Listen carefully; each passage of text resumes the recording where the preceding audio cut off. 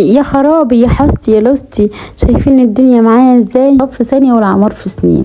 شايفيني حبايب قلبي؟ بصوا كتر خير الناس اللي بتروح وتيجي وبتنقل من شقه لشقه، والله العظيم بجد كتر خيرهم. اللهم صل وسلم وبارك على سيدنا محمد وعلى اله وصحبه وسلم اجمعين. ازيكم عاملين ايه؟ يا رب تكونوا بخير وبأتم نعمه ان شاء الله. وحشتوني جدا جدا من اخر فيديو. هنا طبعا كان الناس شالوا العفش وكل حاجه، والساعه 11 كده جيت صورت البيت اوريكم الحاجات. كانت متنطوره وكانت بصوا حاجه مبهدله جدا، يعني بجد بجد كتر خير اللي هم بينقلوا من شقه لشقه. ربنا يكرمهم يا رب ويكرمنا احنا معاهم ان شاء الله. هنا كانت اوضه النوم، بصوا كانت يعني حاجه فظيعه. هنا كان صباح جديد كده، كله طاقه، كله نشاط، كله طاقه ايجابيه كده. وابتدينا ان احنا نعمل بقى غسلنا الاول الهدوم اللي كنا امبارح. طبعا احنا نمنا بهدومنا من كتر التعب ومن كتر كل حاجه، نمنا بهدومنا. جينا صحينا الصبح بقى خلاص غسلنا العبايات وغسلت الحاجات دي ونشرتها، وابتديت ان انا اعمل البلكونه عشان نعرف نفطر فيها. ما شاء الله الناس اللي جيراننا وكده عملوا لنا عشاء امبارح، ويعني عشوا الناس بتوع اللي هما بيشيلوا كان العفش معانا وكده، وشربوهم شاي لان احنا كنا متلتلتين وكده، فمفيش حاجه باينه من ده كله. ابتدينا من الصبح كده نفتح الحاجات كده ونفتح الدنيا دي والحمد لله واتسترت معانا. انا نفسي يعني هما كانوا جايبين جبنه وبيض وطبيخ وكده وحاجات زي كده. اكلوا الناس، اديهم الصحه والعافيه يا رب والهنا والشفا عليهم. تعبوا الصراحه معانا واديناهم فلوسهم واكلوا وشربوا الحمد لله وانبسطوا وطلعوا ومشوا. وهنا كانت الصبح بقى ابتديت ان انا مسحت البلكونه وفرشت الكراسي كل حاجه، وكنا بنفطر اهو زي ما انتوا شفتوا معايا. وهنا كده كنت بروق يعني الصاله كده، خطيت الكنبتين. وهنا الحاجات اللي هي جابتها جارتنا غسلتها طبعا الاطباق ونضفتها كده. وعندنا عاداتنا وتقاليدنا ان احنا ما نطلعش الحاجه فاضيه. يعني حد جاب لك حاجه، جيرانك، حبيبتك، اي حد كده من احبابك، لا تخطي حاجه ان شاء الله. لو يعني عندك حاجه بسيطه، مش لازم حاجه تبقى كتيره او حاجه واو كده، لكن لا اي حاجه بحيث ان انت تبقي دايما عامر عندك اي حاجه. مثلا بيض، احنا عندنا مثلا يكون عندنا يعني طير وكده، وبنحط مثلا بيض، سكر، كيلو سكر، شاي، ورقه شاي، اي حاجه انت عندك حطيها. بس يعني هنا بقى خطينا جرجوش. احنا كنا واحدة صاحبتنا الله يجازيها كل خير يا رب عملت لنا الجرجوش وكده. طبعا احنا عشان عمتي متوفية وكده فما عملناش في بيتنا، فكانت واحدة جارتنا عملتها لنا، عملت لنا الخميرة وخبزتها لنا وكل حاجة، الله يديها الصحة والعافية.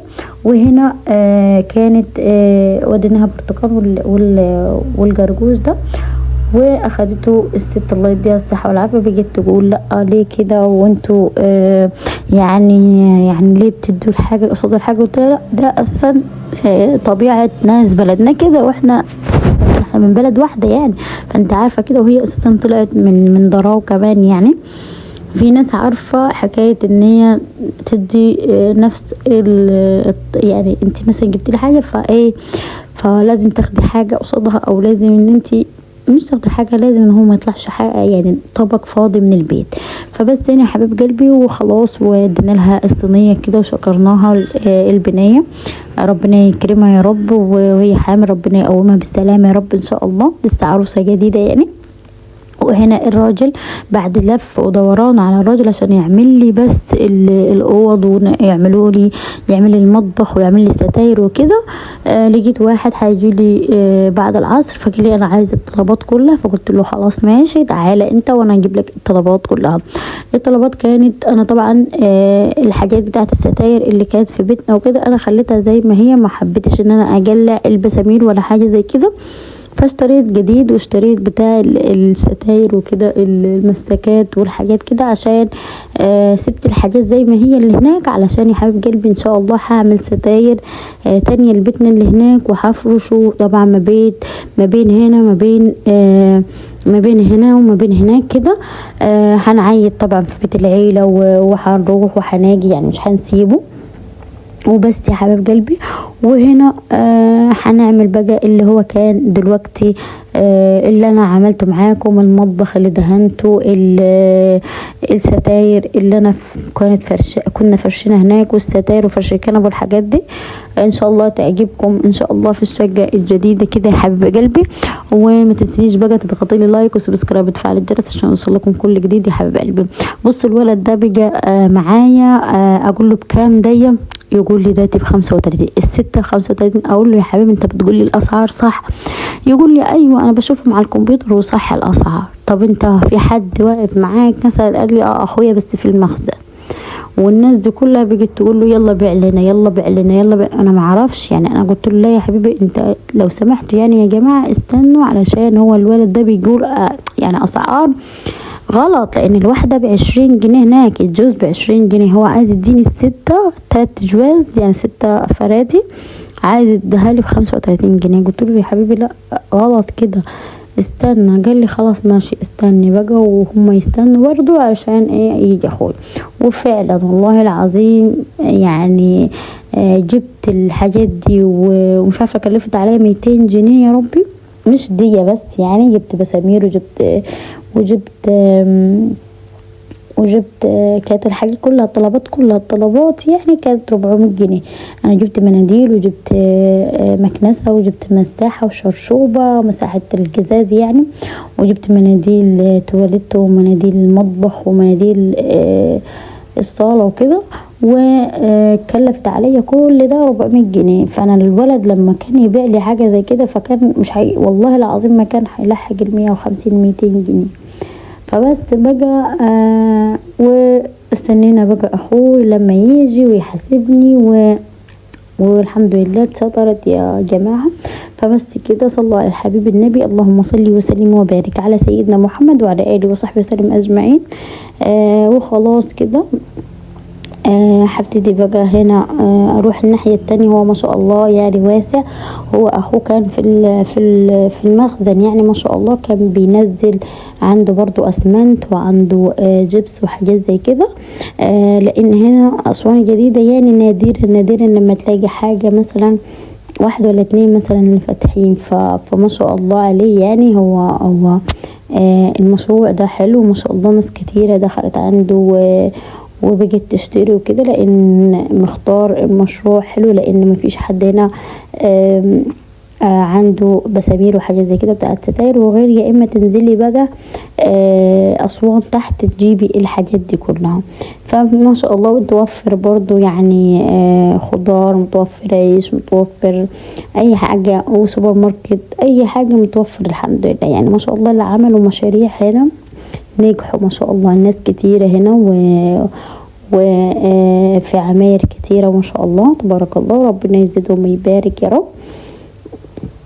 وبس هنا كانت يا جماعة لسه اخوه ما كانش جاي بقى يجيب لي حاجة. ادي المناديل وادي مش عارفة كنت جايبة برضو بسامير وحاجات زي كده، وفلاشر بتاعة التركيب الستاير يعني طلبها الراجل مني علشان يركب الستاير.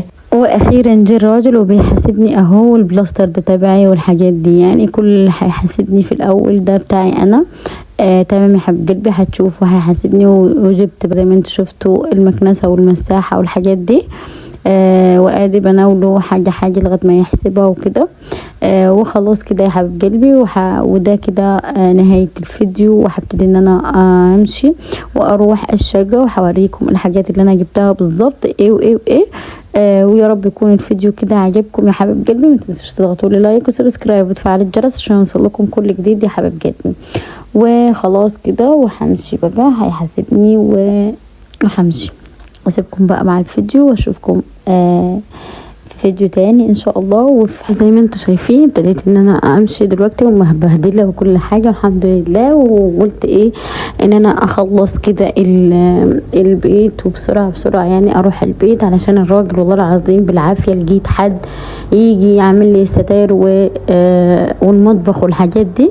وان شاء الله هوريكم بقى فيديو بتاع بكره ان شاء الله، واشوفكم على خير يا حبيب قلبي. وهبتدي ان انا اول ما اوصل البيت هوريكم الحاجات اللي انا جبتها. هنا وصلت البيت يا حبايبي، وهبتدي اوريكم بقى مناديل المطبخ ومناديل الحمام، وجبت الشرشوبه والمكنسه ومساحه الازاز، وجبت معطر وادي البلاستر، وايه تاني عشان انا ناسيه والله. ادي ملمع الازاز، قصدي مساحه الازاز تمام، وادي المكنسه،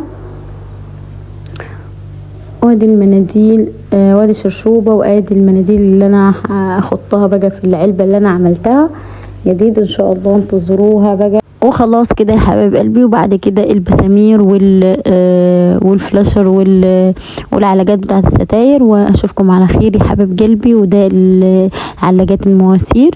اشوفكم على خير يا حبايب قلبي، وفي فيديو قادم. ما تنسوش بقى اللايك وشير وسبسكرايب وتفعيل الجرس عشان يوصلكم كل جديد، وشيروا القناة على قد ما تقدروا يا حبايب قلبي. الله يسعدكم سعادة الدارين يا رب، ويا الله يديكم كده على قد نيتكم ان شاء الله. مع السلامة، اشوفكم على خير وباي.